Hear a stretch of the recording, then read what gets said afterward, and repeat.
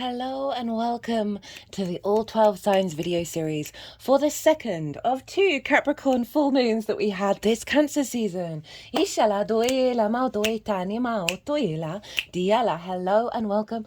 My name's Chloe. I work with card divination, astrology, and as you just heard, and as you can see, I channel multi-dimensional energies through my body, both in the form of physical and vocal light language. This brings in healing, attunement, and activation codes to the messages that come through in these readings. For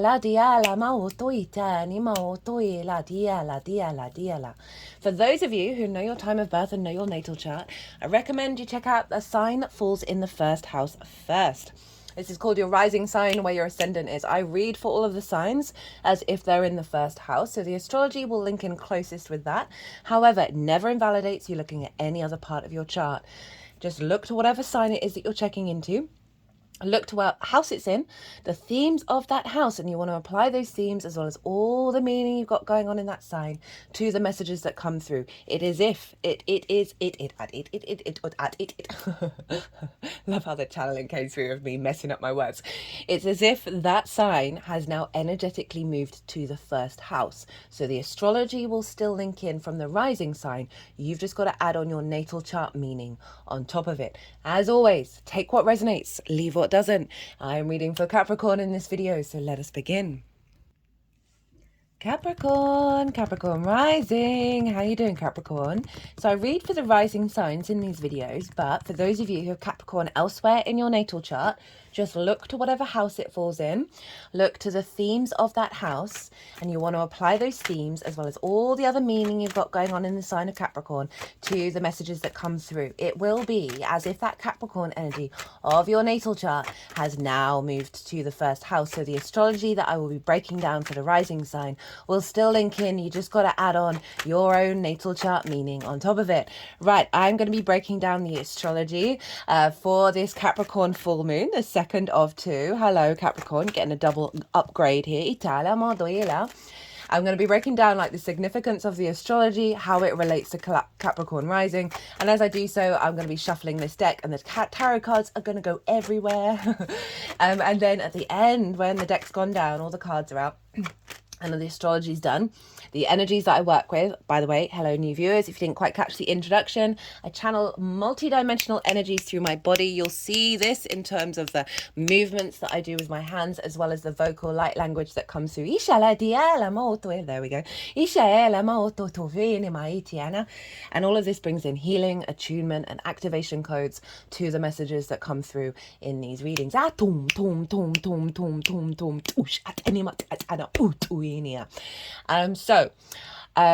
The energies that I work with, they're going to then move all those cards around. They're going to do some energy work. They'll put them into the three piles that is going to be coming up for this full moon in Capricorn. And then that's when I'm going to bring in the tarot into the astrology. So the three piles are what's being released with this Capricorn full moon. It's usually what we've been working through. So often when we get upgrades, when we get downloads, when we're sort of integrating ourselves in order to expand, then the more shadowy side comes up that we have to work with and have to sort of recalibrate and redigest.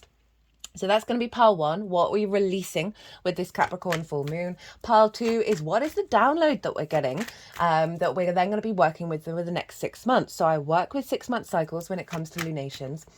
So it's taking us, this is a full moon. Yes, it does represent completions. It does represent a closing out of a particular part of a cycle, but we also get a download which we then work with to the Capricorn new moon, which will be happening in Capricorn season.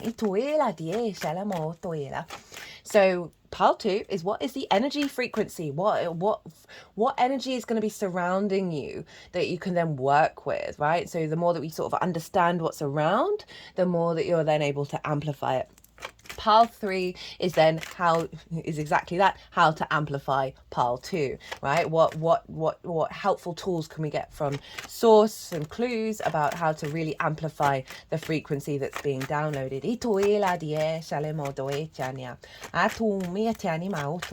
So Capricorn rising, where is this happening for you? Well, it's happening in your first house.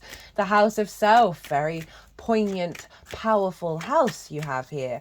So this is how you embody your sun or your moon in your actions and your deeds. It all depends if you've got a day or a night chart, which luminary is the one providing wisdom of where you're headed in this on this soul journey to your ascendant, who is your navigator. Right, the ascendant falls in the first house. It's an astrological point, and it's the lens in which how you move through the cosmic waters. So it's your actions, your embodiment of this. It's your body, it's your character, it's your sense of self, and it's often how other people see you, because they see that embodiment rather than what might be going on behind the scenes in terms of the luminaries. So Capricorn rising, double full moon. Right, we had one right at the beginning of Cancer season, so around the early degrees of Capricorn, and now we've got one at 29 degrees. So your full cycle here, really doubling down of the illumination of self, right? A deeper understanding of self, a grounding of self.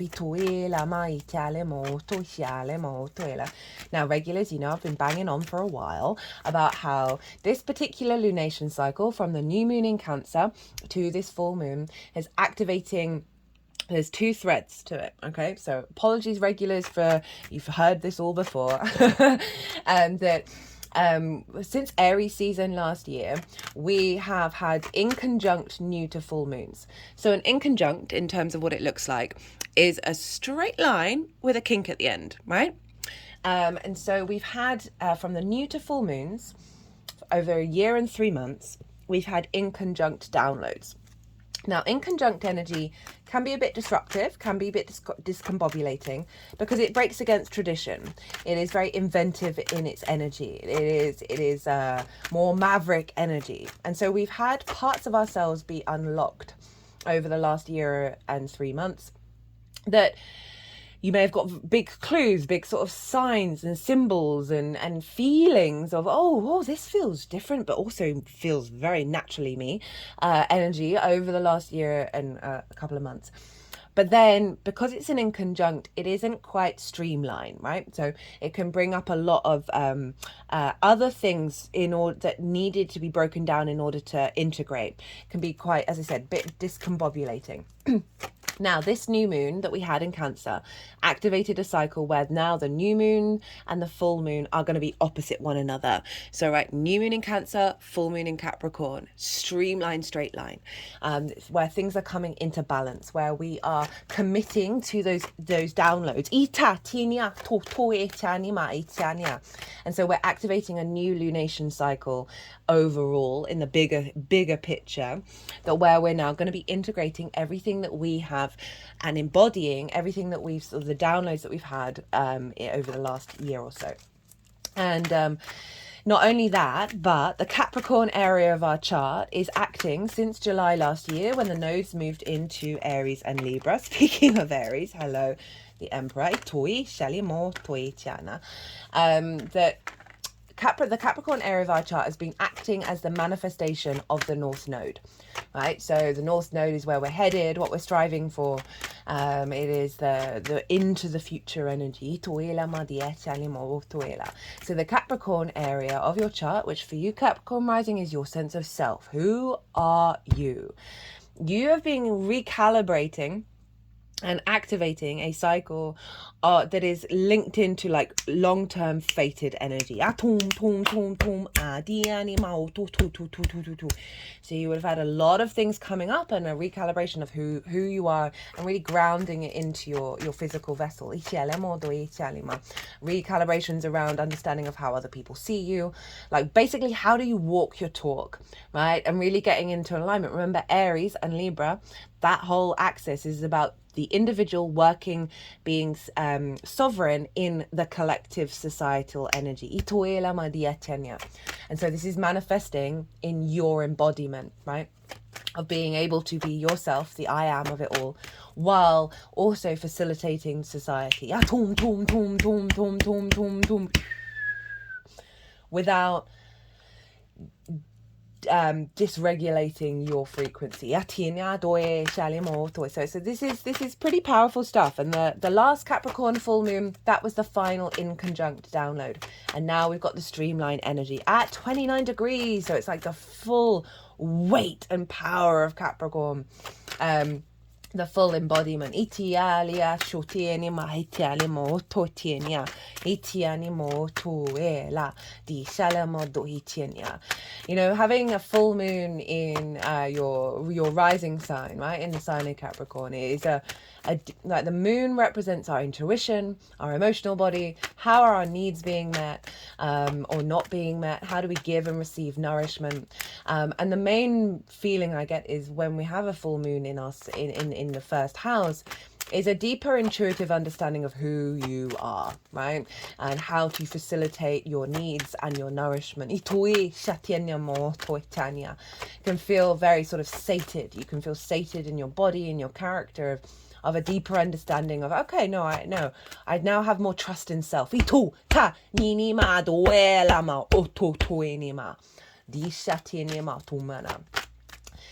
And so this is, you had it a couple of weeks ago, and now you've got another one, like a real sort of layering of your capacity to build. There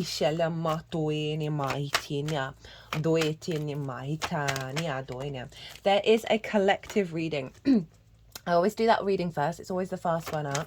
And that's where I get to break down the astrology in way more detail and really explore how that energetically feels, of how the celestial bodies are talking to each other. Also did a collective tarot reading with that as well. And so if you wanted sort of a more deeper understanding of trying to tap into what it might feel like, that you might want to check out that collective reading. Also, some more sort of esoteric messages always come out in that, get to more expand on the energy. Particularly because if your rising sign, or just in general, because this is, a culmination of a lot of the manifestation of the I am of the Aries eclipses, because the nodes will move signs by this time next year. They'll be in Pisces and Virgo. So this is really like a big peak point of the work that you've been doing with that eclipse cycle. So it's pretty powerful stuff. And then if you've got a bigger understanding, like if you tapping into that collective reading, you can then sort of see how it shows up in your life and how it feels for you, and then you're able to work with this energy. Now,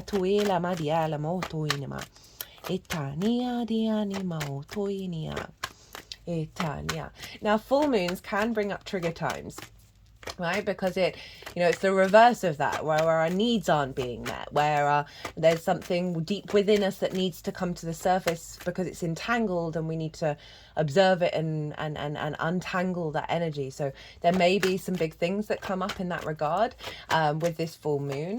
Just trust and know that it is a gift, because it's something so deep in the unconscious around your sense of self that you may not have noticed that the sun and the moon come and bring that to highlight that for you, in order for you to then unravel that particular energetic knot, so your chi is in flow. Now the sun is over in the 7th house in the sign of Cancer. Now the 7th house is the house of the other. This is intimate one-on-one relationships, right? Business partners, your therapist, one-to-one clients, intimate friends, a long-term committed romantic relationships, as well as your relationship with source, right? It's sort of the one-on-one energy. So the sun is there. So there's a real sense of vision and clarity around the other, right? There's a focal point for you at the moment, with Cancer being with the sun being in Cancer, around the other. And often the other can be how you understand yourself in regards to that. It could be that around this full moon you have someone in your life or source who shines a light on seeing you, right? And seeing and really like nourishing who you are, because you're feeling very seen by the other.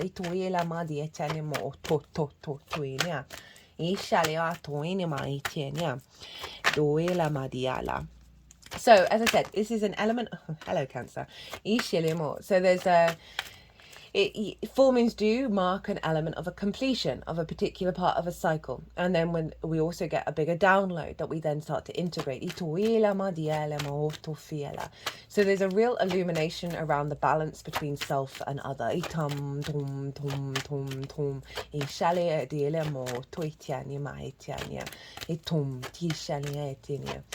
And you may have felt, regulars, if you've seen the Cancer New Moon series, Cancer's where the South Node is manifesting.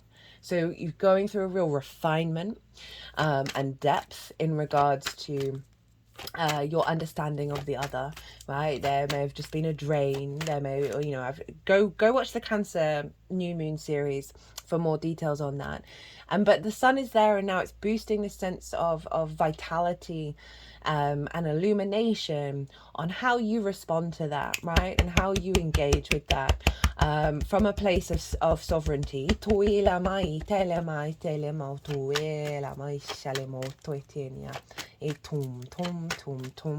Okay, let's get into more astrology. So there's lots going on with this moon. I'm not going to touch on all of it. I did it all in the collective reading, but guys, come on. This moon is wild. And I know I think I say that almost every moon, but every moon always like, whoa, the energy that's coming off of it is just so liberating. It's ridiculous. So Pluto is conjunct the moon. It's out of sign. It's in the sign of Aquarius, but it's conjunct the moon and opposite the sun. So we have this very magnetic, powerful energy of Pluto. In Pluto in Aquarius, it's retrograde, is reconfiguring our frequency back to universal truth. And the power and the magnetism that we have when we operate from that space. It's in your second house of your skills and your tools.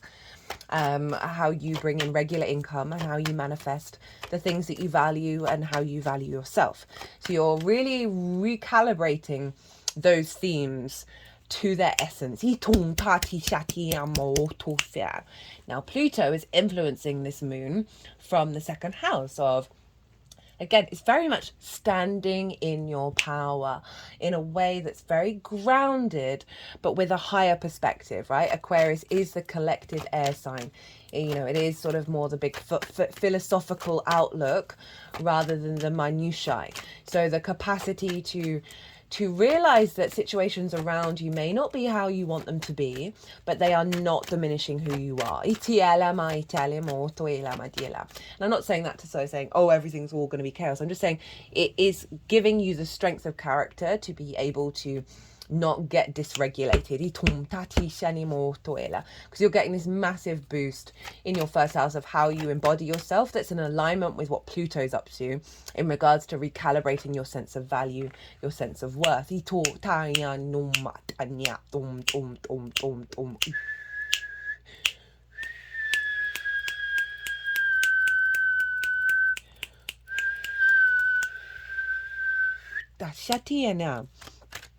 And it's also opposite the sun, right? So there's this thing around the other, right? And if you're in dynamics where you are not valued, and I don't mean in a superficial way, I mean in a real fundamental way. If you're not valued in a fundamental way, I feel like this full moon gives you the strength of not taking it personally, basically, and being able to just do your own thing and see how those relationship dynamics unfold. It's not about trying to control them, right? Pluto can be about control because we can fear the cycles of life, death, and rebirth. When we go into a state of neutrality with Pluto, that control can fall away, right? Because it's not needing to highlight it because you're not got a tight grip on how anything's going. And so that can fall away. Of just let them do them, and you go about your own path and see, like, sometimes they fall away. That's part of the soul contract. Other times they'll then start doing the things and coming to you in a way that shows that level of honoring the being to being, right? The equality, the dignity, the sanctity. I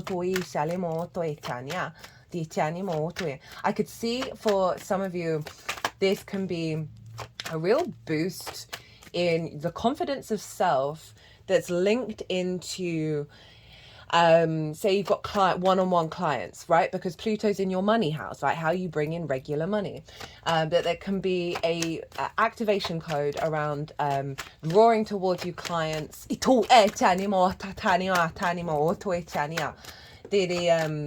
that are in alignment with the resonance that you have to give and the value that you have to give and the respect, the and equality of that.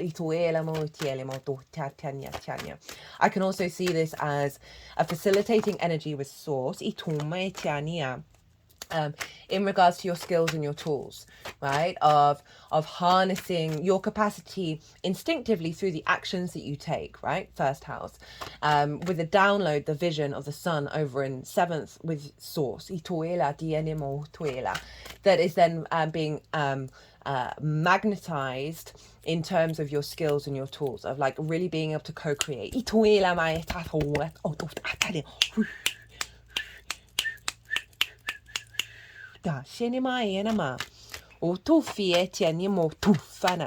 There's more, guys. Oh, it's so cool.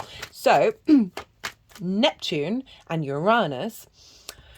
Okay, so we have the sun opposite the moon, right? So straight line here. I know this was given to me by a Capricorn rising person, so but it doesn't help with the straight line energy. So we've got the sun, moon, whatever way around, and then we've got Neptune and Uranus. So we have a sextile, sextile, sextile. So this forms a shape, right? A structure, a vessel, a cradle. And then we have the trines that cross it, that form the foundations to support.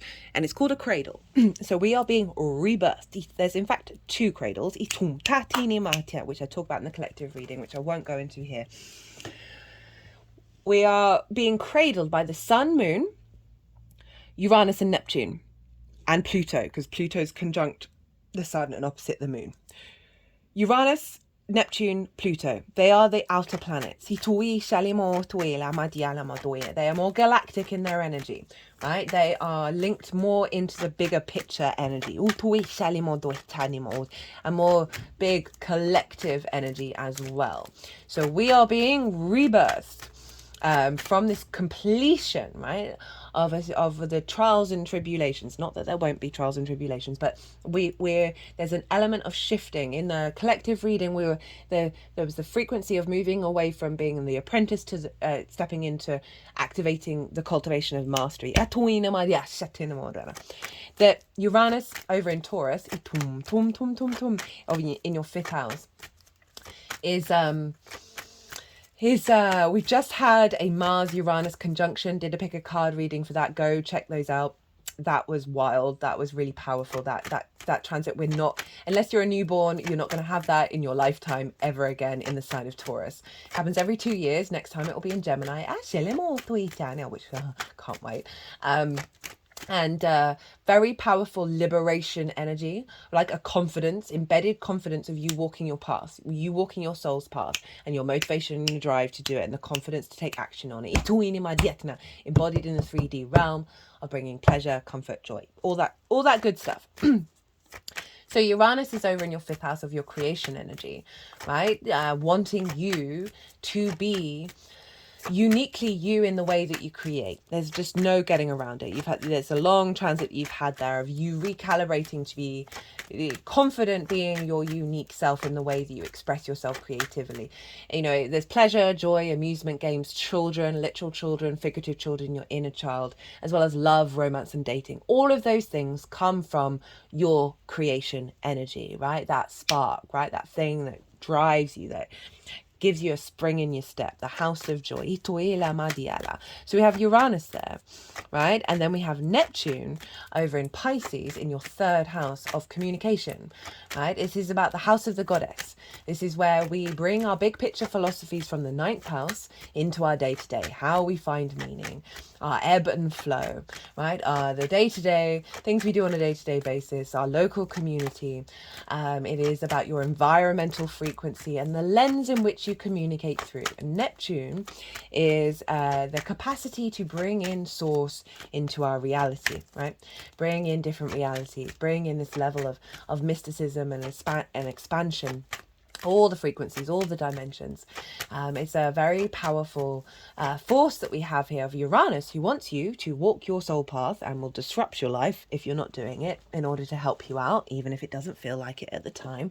But it's very inventive, it's very unique in its energy, very independent, forming a cradle with Neptune, who is all connected. It is the great mystic, the magical energy, and it's in Pisces, which is super synchronistic, very curveball, non-linear energy of cultivating a cradle, birthing you out, right? And catapulting you with this balance between the self and the other, in the way that you express your creativity, in the way that you find meaning, that is serving you in terms of your long-term goals.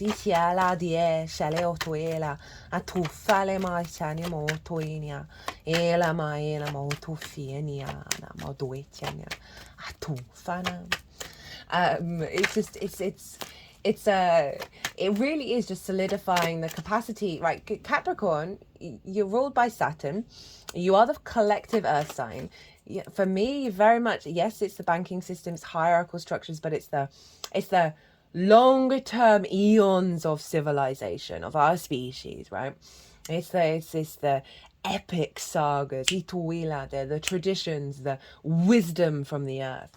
This card showed up in the last Capricorn full moon. It's now showed up in this one. The ancestors, of the land, more than the wisdom that they hold. Your ability to commit to something that you might not see manifest in your lifetime.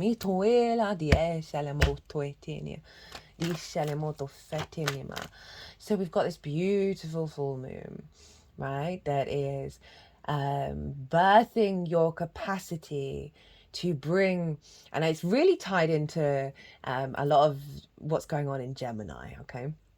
Like this very curious, playful ability for us to see the magic, to see the miracles, to see beyond a certain dominating matrix that we are in. And this is activating our capacity to work with that.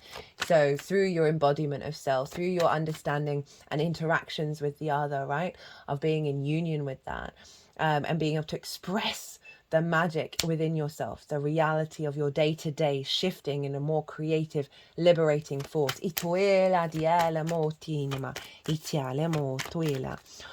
Ooh, I mean, there's so much going on. Mars is trining Pluto. Mercury is squaring Uranus. Talk about that in the collective reading. Chiron's involved here. What I will touch on is Saturn, right? So Saturn rules Capricorn, is your ascendant ruler. And so whatever's going on with Saturn is influencing this moon. Now, where is Saturn? Saturn's in Pisces. So there's a deep level. Hello, Saturn in Pisces. A deep level. So Saturn's retrograde at the moment. There's a pick a card reading for that. All the pick a cards are in their own playlist. Saturn retrograde is a recalibration of your inner authority, your inner integrity, a revisiting and revising over all of perhaps the struggles that you may have gone through with Saturn being in your third, around your day-to-day, around the way that you communicate, around your understanding of the meaning that you find in your day-to-day. Right? This is really drawing the power deep within, and infusing this into your embodiment of self, right? So there's a deeper level of commitment. Excuse me, I'm just going to have to pause for a second. Sorry about that. I had a little tickle coming, and as I'm talking about communication, that this is infusing a deeper level of sovereignty and integrity in the way that you express yourself, in the lens in which you communicate, right? So this is also giving you a level of commitment to put this energy into practice in the day-to-day, right? To implement the confidence that's coming in with this full moon. And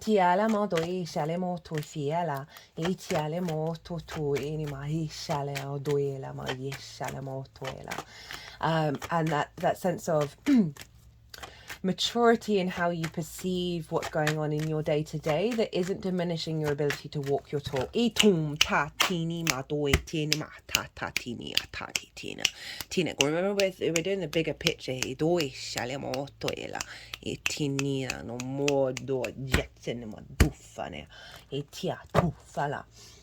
So, and then Saturn is being governed by Jupiter. And where's Jupiter? Well, Jupiter's in Gemini. And so Jupiter is influencing Saturn in terms of your work, your physical health, how you work, your routines, co-workers and pets. It's the adult in the room. I've done a Jupiter and Gemini transit. Thoroughly recommend that. The Gemini transits of this year feel like a very they feel like a very potent energy. Even though they've passed, they're still relevant, but they feel like a very potent energy to help us facilitate what we're doing. So I cannot recommend them enough. The new moon in Gemini, there were 2 conjunctions, Sun, Venus, Sun, Mercury, both pick a card readings. The Jupiter and Gemini transit, super valid. Mars is about to move. Mars will be in Gemini at this moon. That is giving us more wisdom in our capacity of, like, Gemini in the 6th is your capacity to do lots of different things, right? Gemini is very fluid, is all the things, interested in all the things, and Jupiter is really giving you the expansive wisdom and be able to tap into them. And so, but it's work, it's the adult in the room. And Jupiter is influencing Saturn and saying, right, so we are going to get an alignment where, so often that 6th house, can be neglect, right? Because we may not have received the programming from our parental figures of how to be, decent to ourselves, and past life stuff and all of that we can sacrifice that 6th house. But the formation of the astrology is Jupiter's really giving you the ease to be the adult in the room for yourself, which is going to give you more energy, more resources for you to be able to implement a firm foundation, Saturn, of the depth of meaning that you find on a day-to-day basis, and the way that you communicate your essence, your being. It's gonna radiate.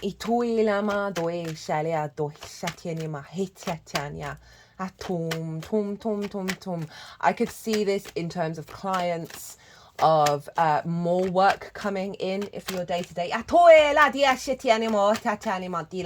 those of you sort of in work energy,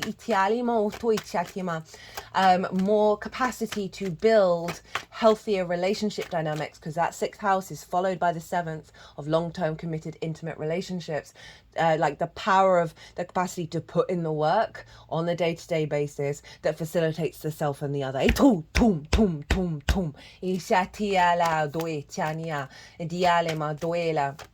If in regards to source and your relationship with source, finding the ability to figure things out, that is linked into, as in like how it works, linked into the day-to-day, that's amplified by the relationship with source. Jupiter's in Gemini. Gemini is ruled by Mercury. Where is Mercury? Well, it's in the sign of Leo, in your 8th house of the give and exchange between you and anything other than yourself. This is also about the outside world's resources. And that can be mortgages, loans, bonuses, commissions, one-off chunks of money, or simply just dealing with the resources that aren't your own, right? And it's, as I said, the give and exchange between you and anything other than yourself, right? So that can be one-on-one relationships. It's the frequency in which that operates, right? It's the dynamic. It's your relationship with source, right? The relationship dynamic with source. And so time, money, energy, intimacy, all of those things, and the sort of the exchange of all of that and the dynamic of that is Leo energy, right? Very heart oriented, very big energy. Mercury's there influencing Jupiter, right? So there's something here around your capacity to be able to communicate healthier relationship dynamics and needs that facilitate your capacity to work. So like really having an imprint of exchange, like in terms of communication with anything other than yourself, that is facilitating the expansion of work, your understanding of work, your capacity to figure things out. So it could be like teamworking, collaborations, as well as messages from source, right? The relationship dynamic with source, messages from source that facilitate your deeper understanding of the way that you work, how to take care of your physical vessel, routines, all of that kind of thing. That's impacting how you put that into practice in your day-to-day with Saturn, and how you embody yourself.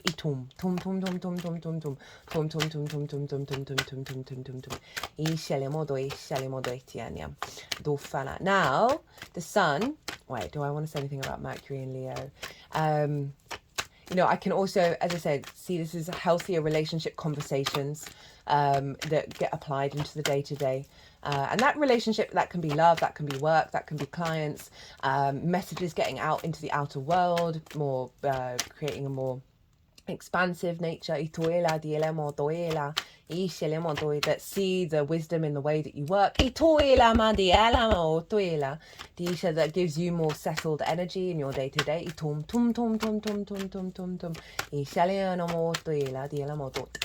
Now the sun obviously rules Leo, so the sun is ruling Mercury and the sun is in the moon sign, so we have this feedback loop here between the first house, between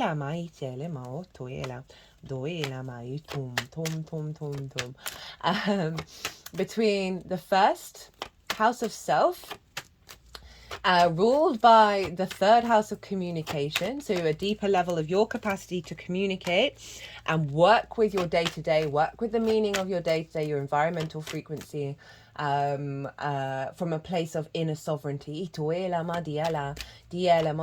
that's giving you more capacity and expansion around understanding the way that you work, how you figure things out, looking after you, being the adult in the room for yourself, that is being influenced by how you communicate, right? And so this is going to be a good tool of being vulnerable in the way that you communicate. Mercury's going to retrograde in the sign of Leo, without any expectations or assumptions about how it's going to be received and how people are going to respond and take action on it, but allowing yourself to be more expressive of self.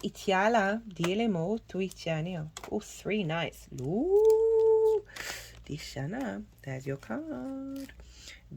All the nights. Shut up. That's not happened for ages. Itona, Dishana, Itoela.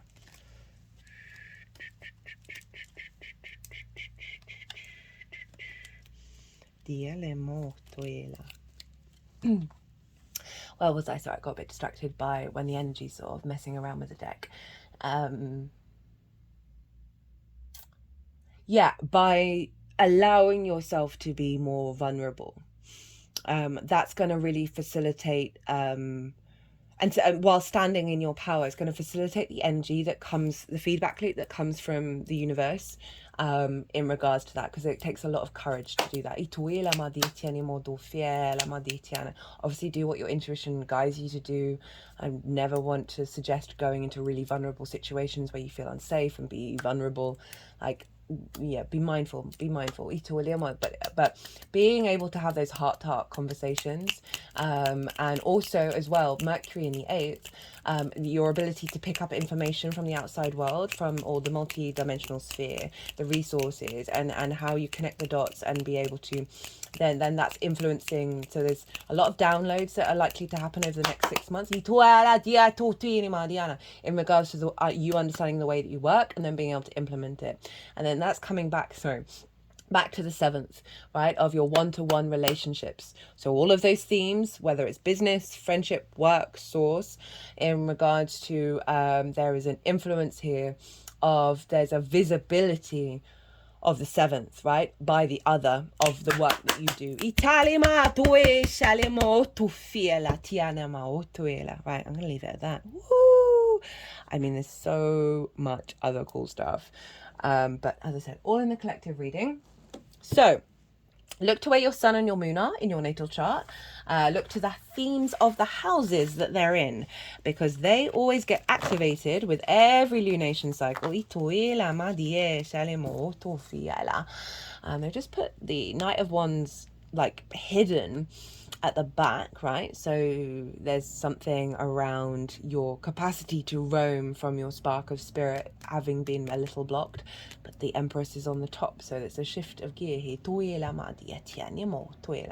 from the Knight to the King of your embodiment of it. So what was I saying? Yes, so yeah, look to those themes. Those themes are likely to have shown up in the lead up to this full moon, as well as play a role of how it all unfolds. If you want to do any intention work, manifestation work, look to those themes, see what you're called and guided to bring those themes in that work, and that'll just add on a little layer of personal understanding beyond this general reading. Okay, so I'm gonna go consciously quiet. The energies that I work with, they're going to move all these cards around, and they're going to do some energy work. They're going to put the cards into the 3 piles, and that is when I'm going to bring the tarot into the astrology. I call you to soften your mind as well, because I'm going to soften mine, because you just had loads of information. Right, I know, 40 minutes of it. Oh my god.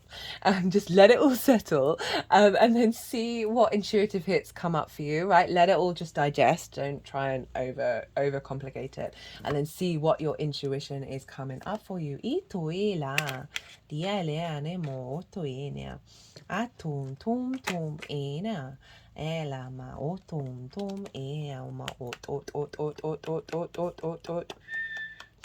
Di shale moyenia do etienia e tum maladiania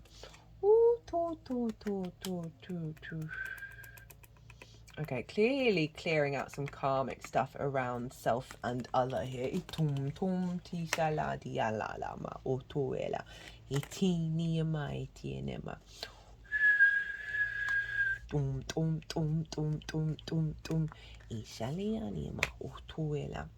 So the Capricorn card was there. I was like, blockages around the embodiment of self. So this is release. This is what's being activated and how to work with it.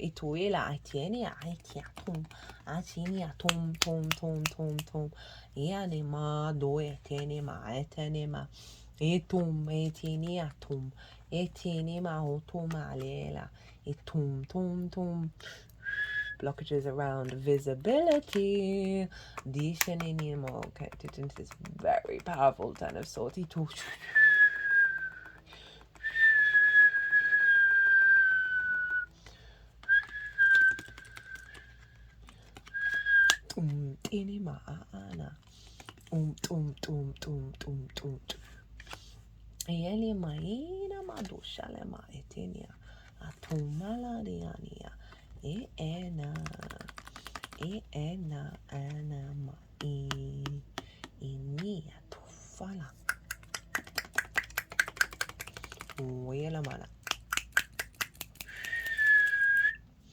Dishanima itum inimetinia otum isha lia niana ialama niana tum itua itania nia doela blockages. Yeah, they've got the Lovers and the Two of Cups wanting to go here in terms of blockages. Ituela diala otoenia atinima moe shalamod otofienia etiania tiania atume tu diala Gitinia. Iana, Iana, Iana. Itumela. Itumeala. Tum.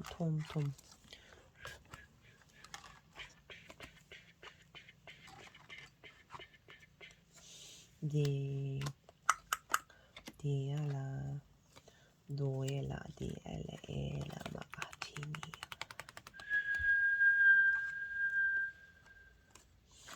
Dianiana. Dieni. Ufala, hashini. Otona. Etini, atum. Etini, atumela. Dishala. Atananima, etiala. Ela, dianama. Ot.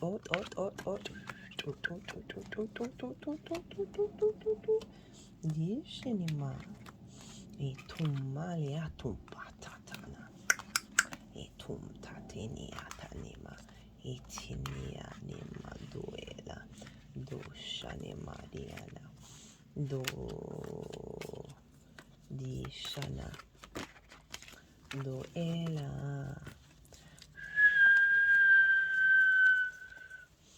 Dieni matala. Doela. Do etinima atanima doela. Just had to pause for a moment, Capricorn. Okay, Capricorn, let's get into it. Let's see what's going on. So what is being released with this full moon? We have the Five of Cups, the Knight of Cups in reverse, the Queen of Wands in reverse, the Three of Swords, the Two of Cups in reverse, the Ace of Swords, the Knight of Pentacles, and then the Eight of Cups. Now, these two feel like how you've worked with this and also activating the end of a cycle of that particular journey. Anyway, right, so Five of Cups, deep grief, right? So this may just have a feeling like you've gone through a cycle of not perhaps feeling in fully embodied in your flow, right? There's an element of purging that you've been doing around your capacity to embody yourself and walk your talk. So over the last 6 months, there may have been certain situations that have come up that have caused you to just deeply reflect, okay, well, where does this grief come from and what does this mean and how do I respond to it? As I said, this is what's being released. So there's a layer of grief that is falling away around your ability to be in flow and see that you are always in union.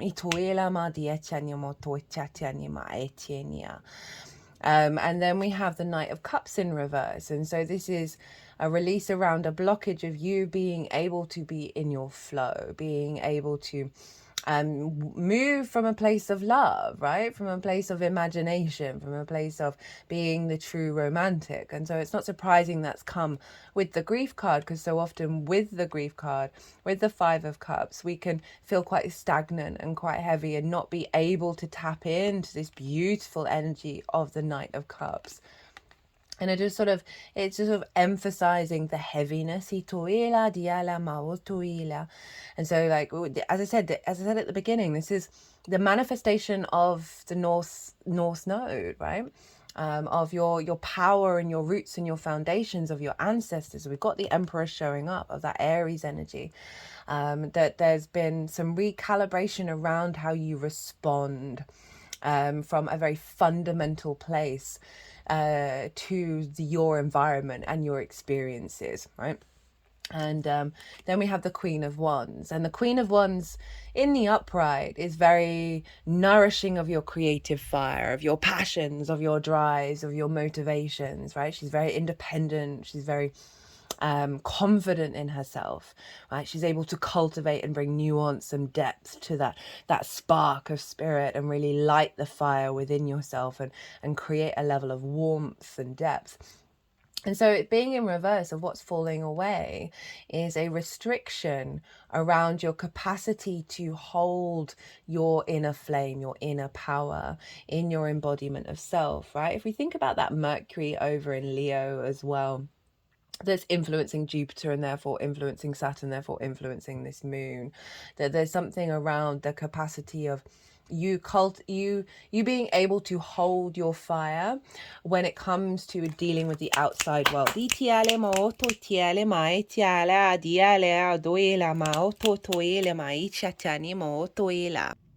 There's a level of disruption that you may have felt with that Cancer energy being of the other, being a sort of a falling away and a refinement, but also a draining and things not quite manifesting of the relationships in your life, right? That has brought up perhaps some wounds around you being able to be in a state of collaboration, be in a state of a feedback loop that feeds that fire.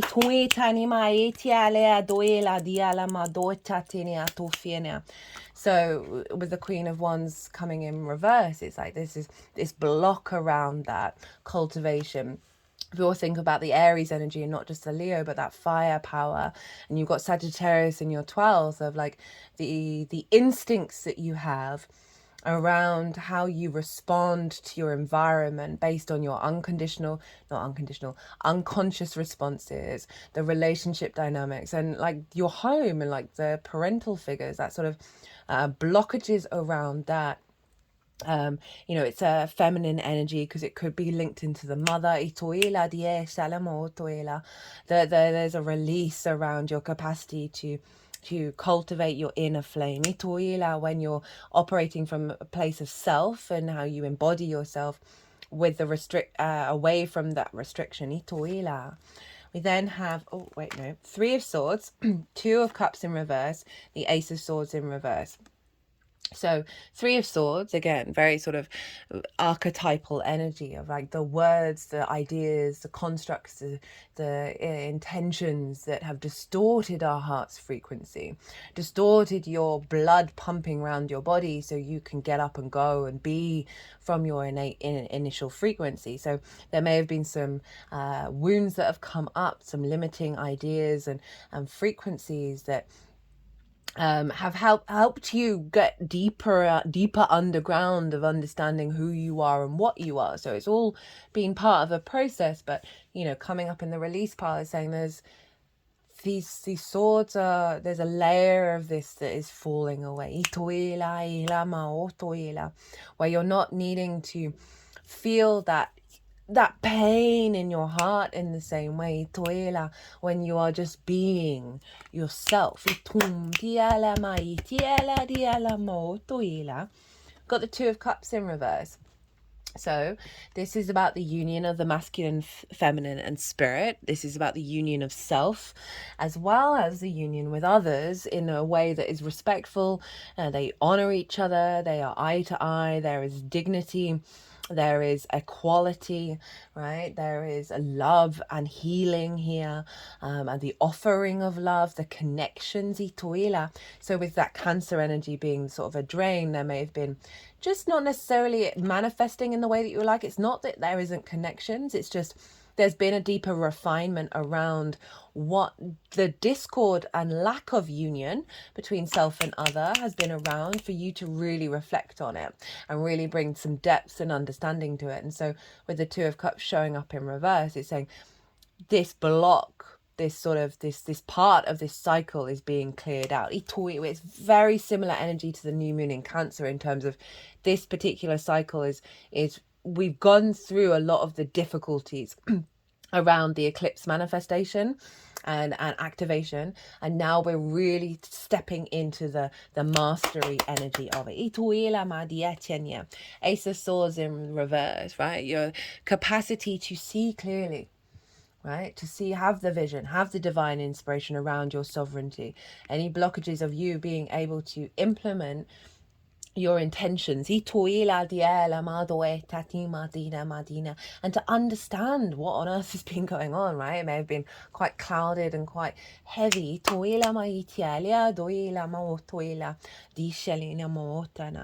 so this is now falling away, this blockage around being able to perceive your reality in a way that is in alignment with your soul's frequency, right? The blockage of being able to embody that and acclimatize that and act upon it. And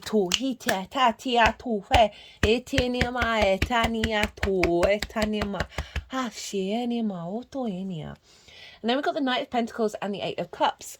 The Eight of Cups is in fact Saturn in Pisces, so it's quite funny that that's shown up. Knight of Pentacles and with the Eight of Cups is saying you've been taking the time, you've been putting in the work on a day-to-day basis to integrate this the observations that you've made, the understandings, the perspective, the wisdom that you've come into with this difficult energy. You've been able to like, okay, right, I'm going to keep going. I'm going to get where I need to go. It's not necessarily going to manifest in the speed that I would like it to, but there's a dedication here. And there's also, you know, with this being in the release pile of like things have perhaps maybe moved slowly, and now this activation is getting faster, right? Like the integration, you've done the legwork. And the Eight of Cups for me represents moving away from unconscious responses that are so familiar to us, even if they're disruptive, that they feel comfortable, right? That they feel like the cup is full. They feel there's an emotional resonance purely through familiarity and not through any benefit. And the courage and the power to make the dedication to go climb that mountain and get a higher perspective.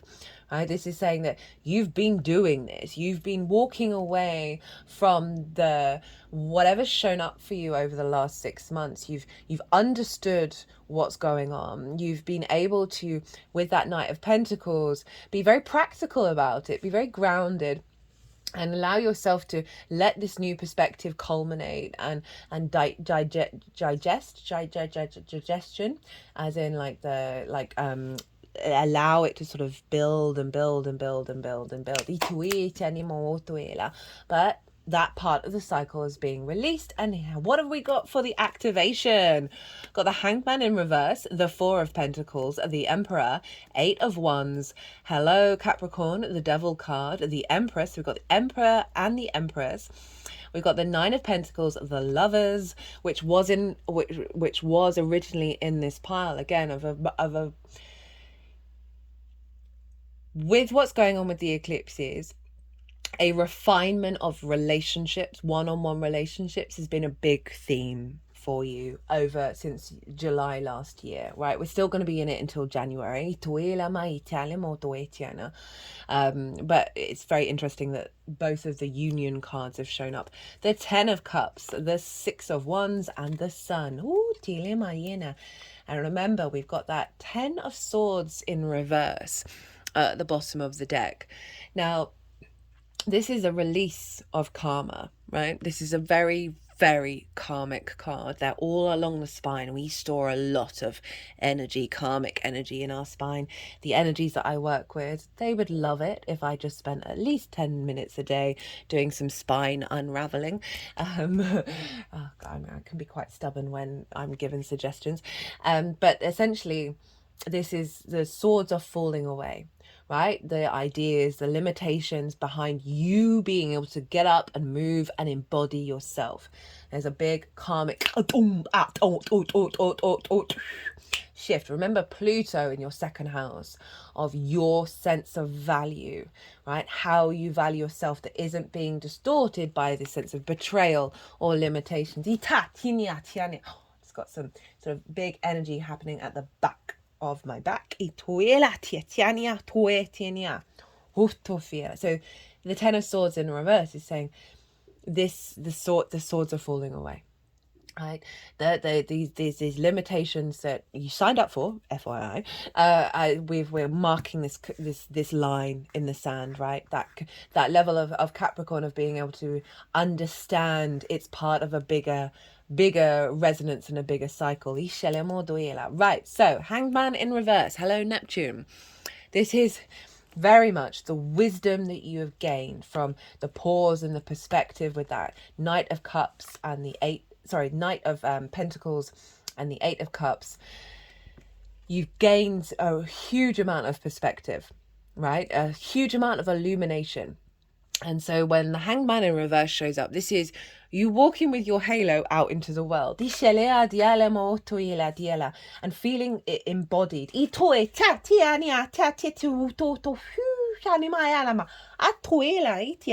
And just sort of doing movements as if with the halo around my head.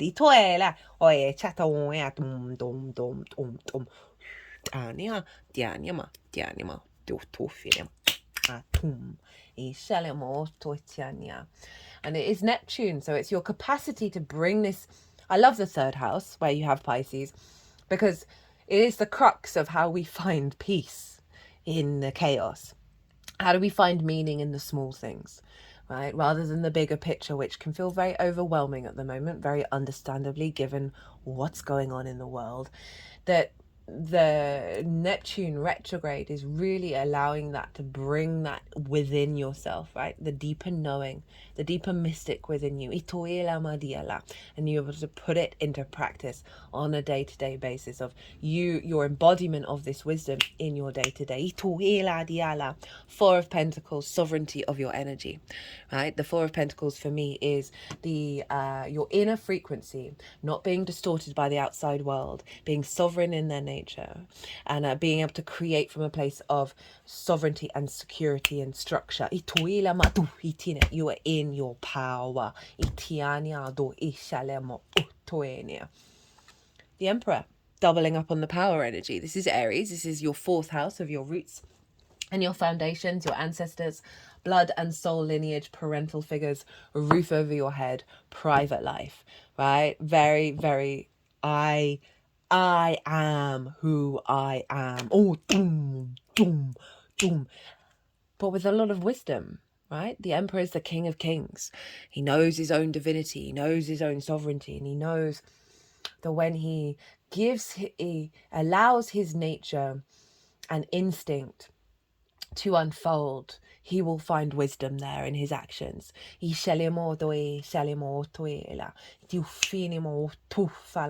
so your roots, right? The roots of your tree, of how you expand in the world, are being strengthened.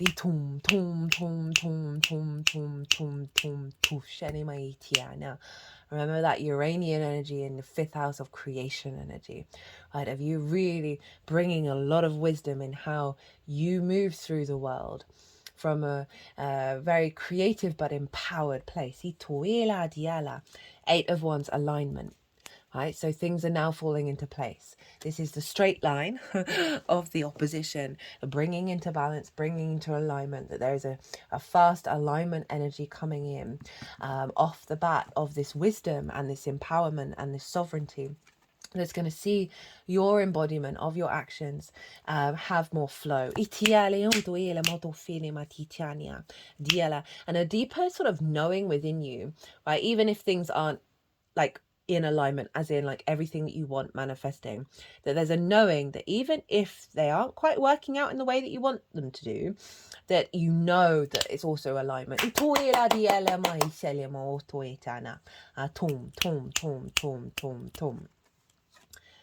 Capricorn energy. This is you. This is your power, right? So before the devil, this symbology was Pan. This was the masculine fertility energy of our capacity to instigate and create and be fertile in the 3D realm. A level of dedication and duty and like responsibility to self and your capacity to be expansive in your fertility. Again, with that Emperor energy behind it, is like, this isn't about the impulse controls. This isn't about the addictions. This isn't about things that bind you, that hold you down. This is about your capacity to hold the line, right? And know deep within you the unfolding of the cycles, right? Rather than being dysregulated. The Empress. This is Venus. This is creativity. This is joy. This is fertility. This is the abundant nature of our existence, and being an awareness of it and being able to cultivate that. You have the Emperor and the Empress. Now, some of you, this may link into a partnership that's of equal reciprocity, like a energetic feedback loop of equality. Because we do have the sun over in the 7th, and the capacity. So that's one part of it, but in terms of yourself, right, you know, we got that 2 of Cups and the Lovers card. Now we got the divine counterparts of being able to be in harmony with the yin and the yang of self, of being able to be in a state of joy and abundance while also being very wise at the same time. But overall, there's a cultivation of fertility from that root Capricorn power that's coming out with this moon. And then we got the 9 of Pentacles. This figure is very independent. They are capable of creating a holistic life for themselves, right? Good work, good home, good family, good friends, right? And they are able to make the right decisions. So this is a great empowering card for the house of self, of how you embody yourself, the actions that you take, right? That is bringing about a flow in all the areas of your chart centered in the self, right? And your capacity to do it on a day-to-day basis from a place of creativity. Atum, tum, tum, tum, tum, tum, tum. You know, I talked about the vulnerability of Mercury over in Leo, right? And finding that this energy gives you the space to be vulnerable. And I really like the powerhouse that we have here at the baseline of, it's not about how people are going to respond and whether you're going to get what it is that you're being vulnerable about. It's not about that. And this is really doubling down of the power of your energy.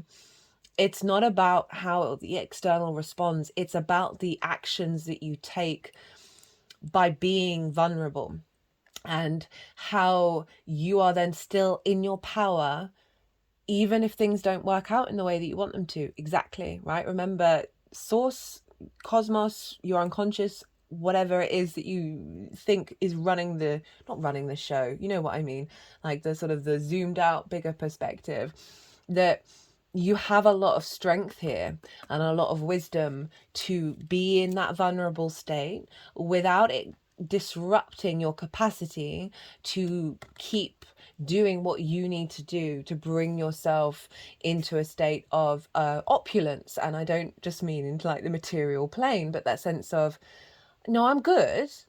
This is vulnerable and I'm aware of the vulnerability that I feel, but it's the responses of the external world aren't going to compound the trauma.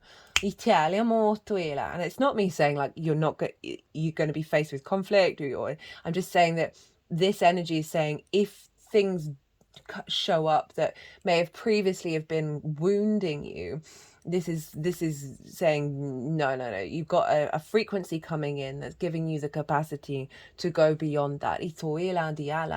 We have the Lovers in the upright, so this is Gemini, okay, where Jupiter is. But again, like the 2 of Cups, this is the union of masculine and feminine and spirit in order to make the right decisions at big crossroads in your life. It's like falling in love with yourself, being in union with yourself, and being in alignment with yourself to be able to make those decisions. Remember, Gemini, adult in the room, right? 6th house of you having the capacity with that 9 of Pentacles of being very mature in your behavior that serves your longer term goals, that allows you to cultivate a sense of satisfaction that isn't dopamine based.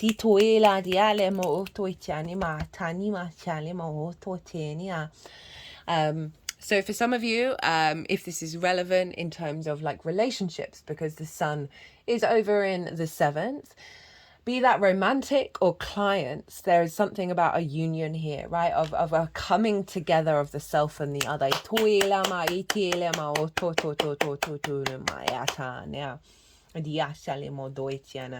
10 of Cups, beautiful energy, right? This is the external reflection of your inner world in alignment, right? The only rainbow in tarot, for me, the rainbow is the chakra body.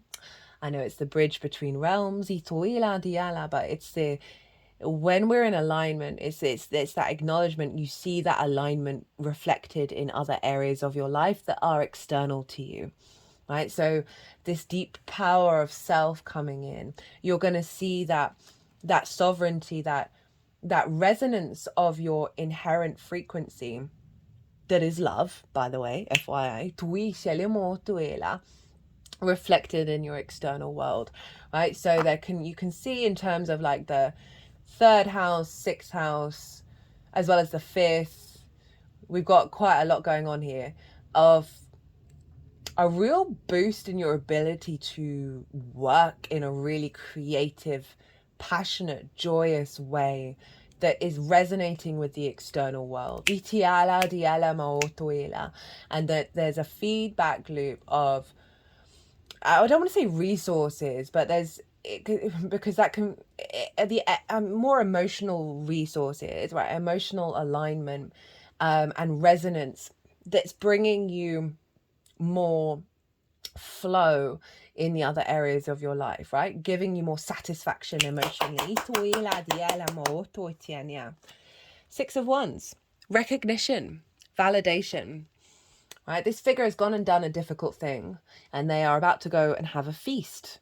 They are being celebrated. They are being honored for the journey that they've walked, and who they are and what they have to give. You know, it's fire energy. So if we think about that Mercury over in Leo, of the capacity for the relationship between you and anything other than yourself to see you, your embodiment of self, to value you, to celebrate you. And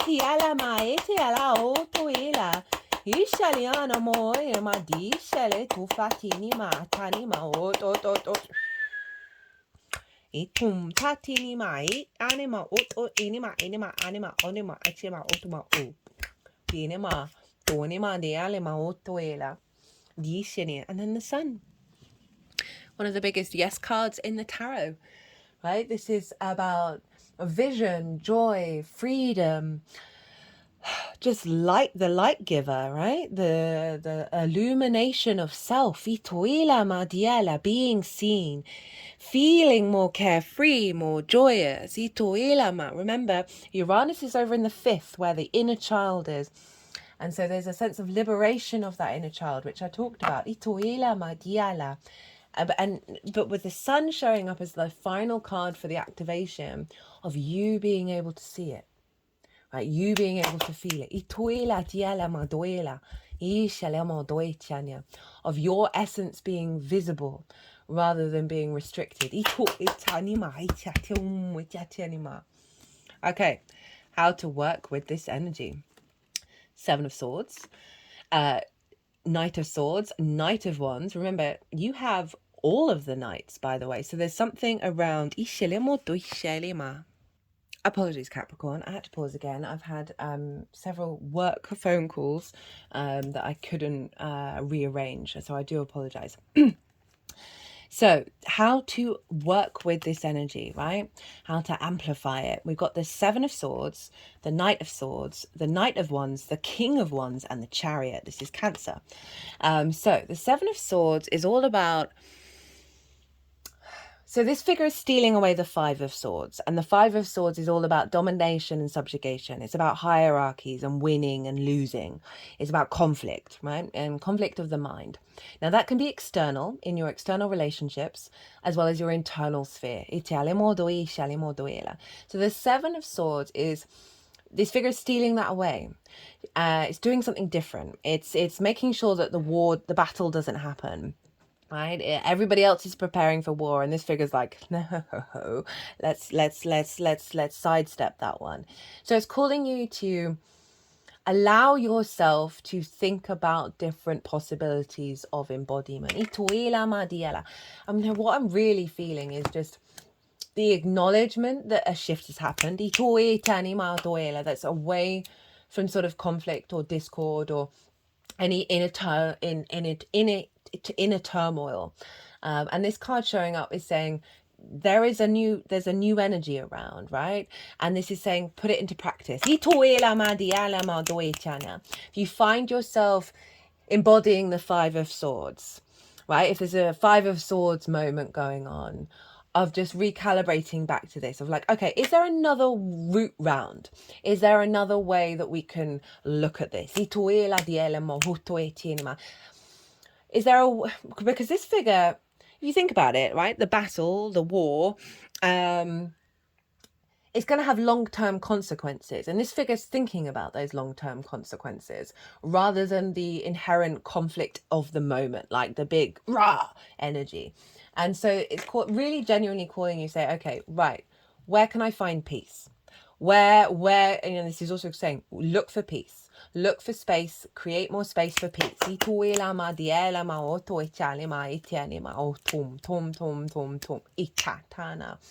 That there may be conflicts coming up, there may be difficulties, and it's saying there's a calling you, hey, look, is there another way of working through this? Is there a way of thinking that I wouldn't normally apply that I can put it here? And this also could be about being open to what other people are suggesting, right? Capricorn's ruled by Saturn, and Saturn can be a bit of a no planet, right? Both for Aquarius and Capricorn, of like an instant default of no, of a boundary, of a restriction, of I am the authority. And this, you know, this is, it's all, every sign's got its energy that needs a little bit of softening and observation. Okay, no, this is what it's, and I say that as someone who's like, I'm mostly fixed signs, so I'm really stubborn and I'm so aware of that, but the astrology helps me realize, oh, that's why, and helps me take a step back. Because right, with astrology, you know, yes, is there your natal chart that defines you, but there you're something underneath that, right? So there's an element of, rather than just putting up the barricade, is to be like, okay, I can be open to engaging with something that's a bit different. And it's also like, as I said earlier, about confirming that it's about putting the frequency that's coming in is bringing you into a place of peace and a place of authority and strength. And we can often fall back into the old paradigms, right? When we get these big upgrades. And this is saying, just breathe and maybe give yourself a moment to then see what comes up that isn't the recreation. Because then we've got two nights. Knight of Swords, Knight of Wands. Very passionate, very fast-moving energy, very yang energy. Fire and air are the yang elements. And yang is sort of the extrovert, the outward expression, the outward manifestation. We've got the Knight of Swords and the Knight of Wands. And so this is from this place of peace, right? So maybe it's about cultivating this practice of, from a place of peace, seeing what your instincts tell you to do. Right? What ideas do you have? What does your instincts of your actions come through? And observe them. But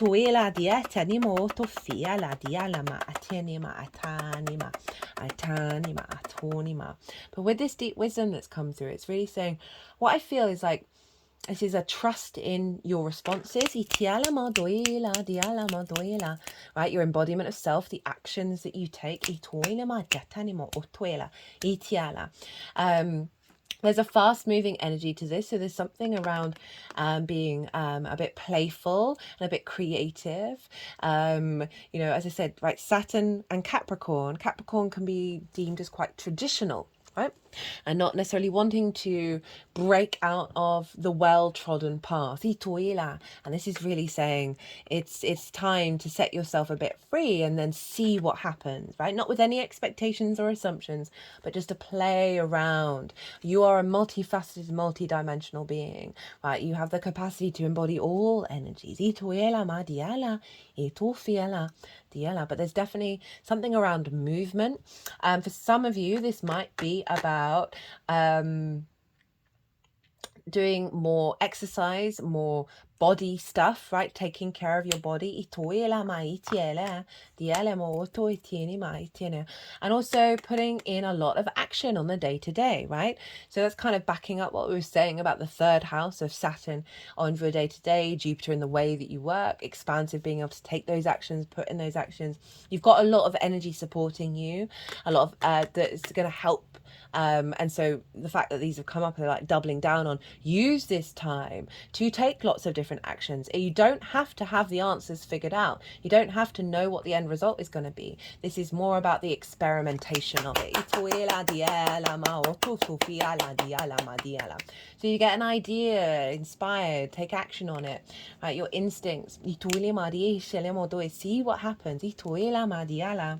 Diala, King of Wands, and the Chariot. So the King of Wands is really calling you to know deep down, underneath it all, you have an inner sovereignty around your fire, right? Your passions, your drives, your motivations, your creativity, your instincts. So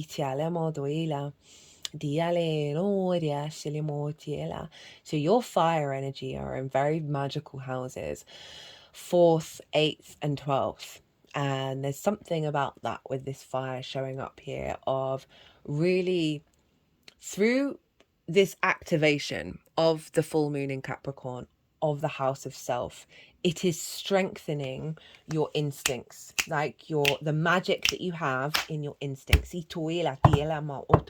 the confidence to act upon them from a level of maturity.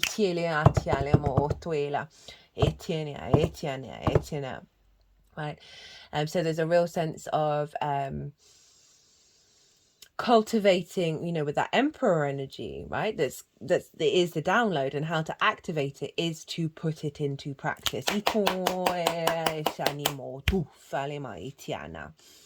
then we have the Chariot, right? This is flow. This is knowing every situation that you've gone through has brought you resources that help you move through the world. This figure, there are no reins guiding this figure, right? They're not trying to control the situation. They are in flow. And we have the yin and the yang of the two sphinxes, right? They're in union with one another, right? When we are in union, you've got some yang energy here, right? But your yin rising sign, or yin energy of the Capricorn, of understanding the surrender nature of the yin, right? Of the observation, of the cultivation, and the allowing through that surrender to take action, right? From that flow, you are instinctive. But this is also saying, like, move through the world with confidence, and there's a victory card, right? It's saying tap into your confidence. Tap into the confidence when you move through the world, right? And don't try and over plan and over strategize, right? With these, right? These are all very fast moving things, fast moving energies. And this is like both sides planned this battle, and this figure threw in a curveball. So there's definitely curveball energy here of surrendering control. And it's your 7th house. So there is a reflection around what I've just said in regards to how you show up with the other, right? Of allowing there to be the paradoxes of the universe, this sovereignty of self, while also being in a flow state, right? And being aware that you embody a very grounded, powerful magnetism that doesn't need to dominate, doesn't need to exert itself in obvious ways anymore. That there is a sense of the essence of self that is reverberating without when you release the reins. That comes more, brings more flow, and will bring more flow to your relationships. Right, I'm going to get you an oracle card for Capricorn. This is from the Shaman's Dream Oracle. All the decks are always in the description box.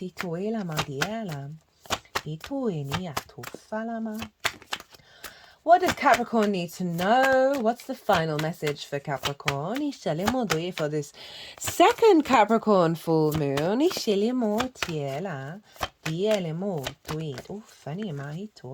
Okay. So we've got 2 cards. We've got Sky Dancer's Surrender and Heart Home Compassion. Right, 58. Liberation from attachment and surrender. When a sky dancer appears, she is inviting you to welcome the deepest power of the feminine into your life. Oh, that's so funny. We were just talking about that. You've already overanalyzed your situation to exhaustion. Now is the time to invite the sacred feminine, the wisdom within your heart, no matter your gender, to guide you to success. If you become earthbound, plodding and planning and praying for change, cease and desist. Break the habit of being yourself, of repeating the same behavior and hoping for a different outcome.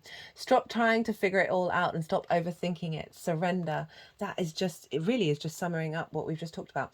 The sky dances are heralding the arrival of a new relationship with yourself, in your work or in your lifetime, or in your lifetime, oh, okay, or in your love life, or all three. Do not assume that this person or opportunity will rescue you. The only way to liberation is to kiss the ground goodbye and take flight, to rise above the fray and drama of the struggling, arguing mind. Dance in the sky and view the madness below by simply witnessing the actors and the human comedy unfolding on the ground. You are transforming it. As you observe the drama, you unleash the power of the sacred feminine and allows for resolution. The sky dancers know the maps of heaven and the way to the holiest and most sacred spaces on earth. They come to help you with your current life and, even more importantly, to guide you to the realization of your own divinity. I love using this deck so much. It genuinely, most of the time, it's not 100%. I cannot put my hand on my heart and say that. But most of the time, it just brings everything together. The other times, it's bringing something that was a little bit hidden behind the scenes. Heart home, love in its truest form, compassion. When you begin to feel like you do not belong anywhere, it's time to make your way back to your heart home.